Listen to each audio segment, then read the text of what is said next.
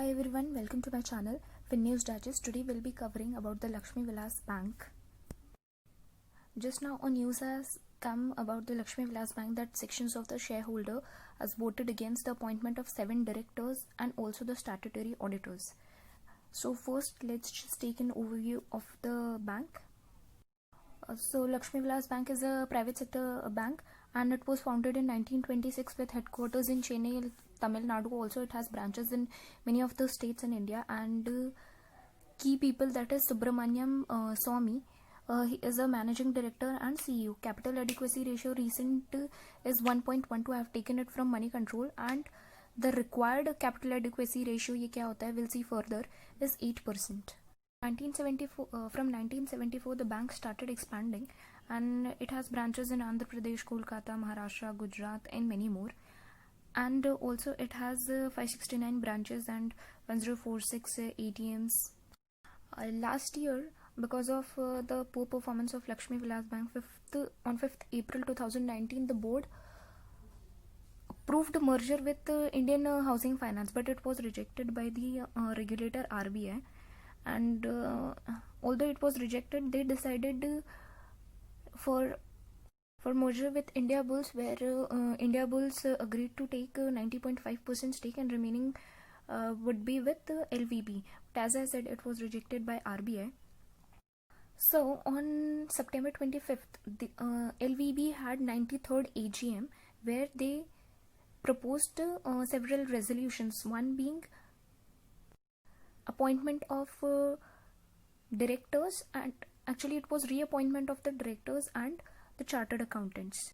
And surprisingly, majority of the shareholders rejected this proposal, although they passed proposals for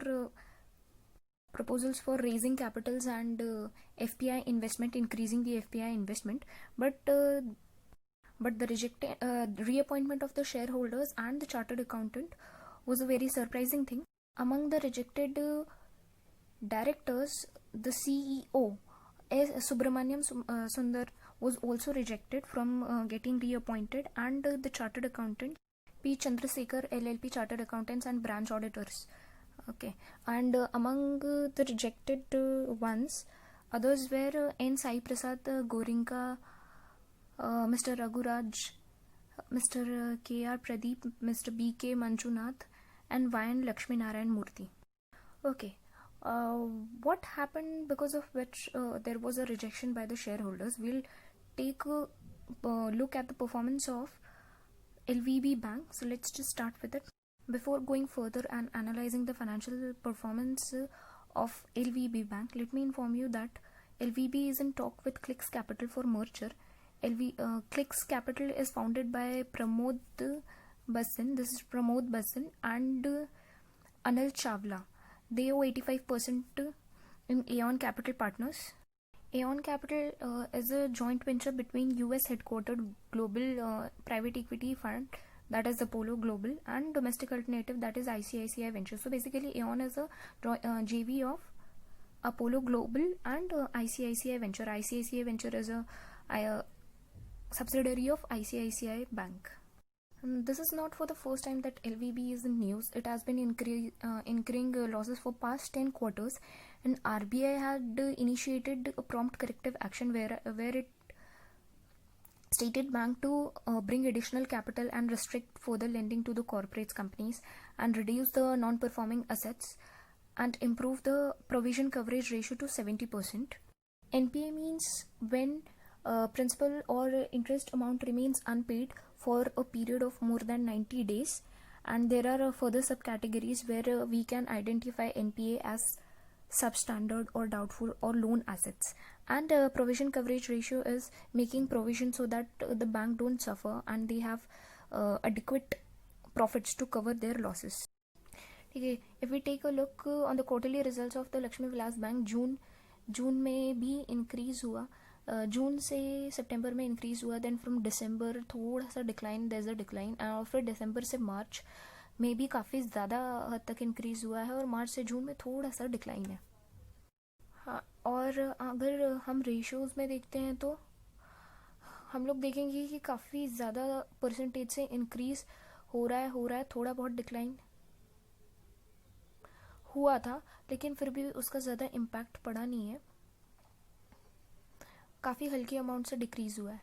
और फिर आप return on assets देखोगे तो return on asset यानी कि हमारी जो asset which we have invested in the business, उसका प्रॉफिट, उसका रिटर्न हम लोगों को कितना मिल रहा है। तो ROE ज़्यादा हो तो अच्छा ही रहता है, बट यहाँ पर पहले जून क्वार्टर में भी नेगेटिव था, फिर अगेन और ज़्यादा कम हुआ है, थोड़ा सा परफॉर्मेंस बेटर हुआ मार्च में एंड देन अगेन डिक्रीज़ हो गया।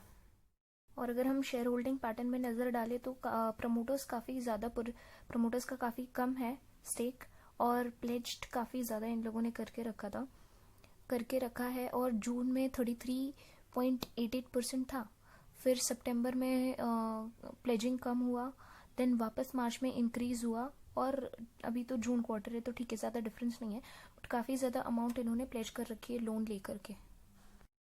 Then I have also attached the after quarterly results, yearly results of Lakshmi Vilas Bank, where basic EPS March 16 में 10, उसके बाद ठीक है it improved 14 हुआ।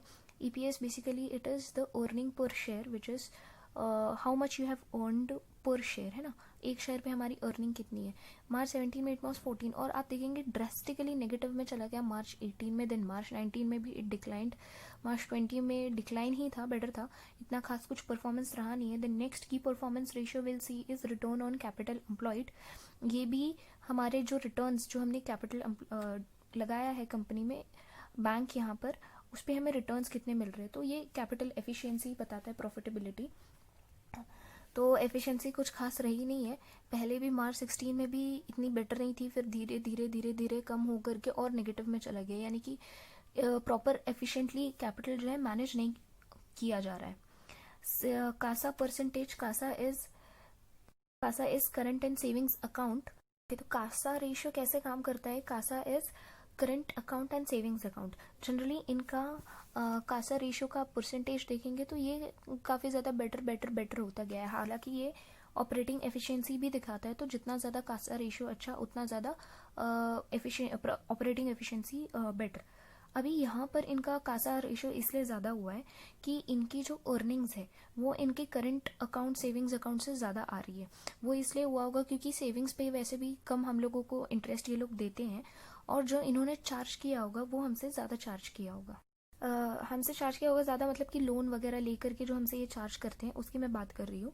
और actually higher CASA ratio is better because CASA ratio एक तरीके से नेट इंटरेस्ट मार्जिन क्या हो जाता है कि इंटरेस्ट जो we have to pay on the loan we have taken and interest that we receive on our deposits with the bank.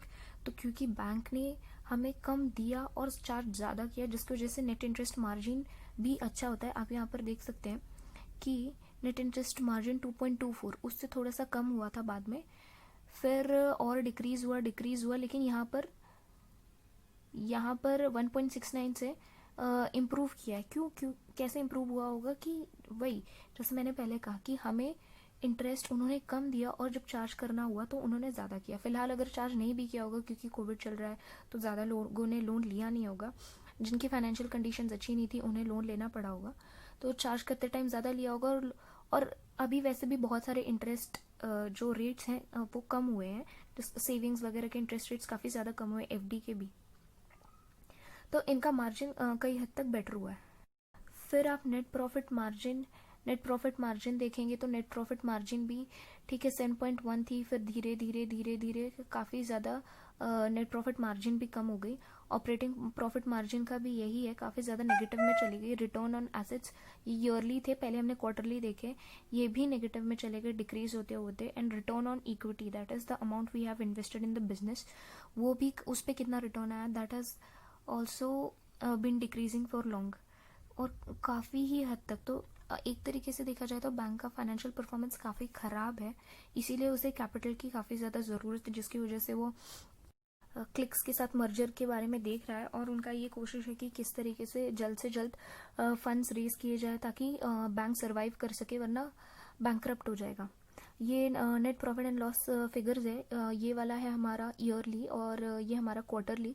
तो आप क्वार्टर के लिए देखोगे तो जून क्वार्टर के लिए they have posted a loss of 112 these figures are in crore, तो 112.28 crores, और पिछले कई साल से सिर्फ डिक्रीज हुआ है। और दिसंबर से मार्च में इन्होंने थोड़ा इम्प्रूव किया था, और मार्च से उसके बाद तो खैर कोविड हो गया, तो इम्पैक्ट काफ़ी ज़्यादा बैंक्स में हुआ ही है। और बहुत सारे डिफ़ॉल्ट्स भी आज हो रहे हैं।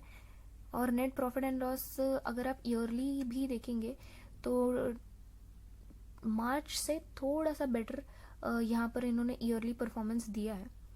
और वरना तो स्टार्टिंग से धीरे धीरे मार्च 17 और 18 में काफ़ी बड़ा डिफरेंस आया, जहाँ पर इनका एकदम हेवी लॉसेस हुआ है। तो हमने यहाँ पर लक्ष्मी विलास बैंक का एनालिसिस किया कि what are the reasons for its poor performance and how it has impacted its financial results. अगर आपको वीडियो पसंद आई है तो लाइक कीजिएगा। I hope the information helps you, and subscribe to my channel. Thank you.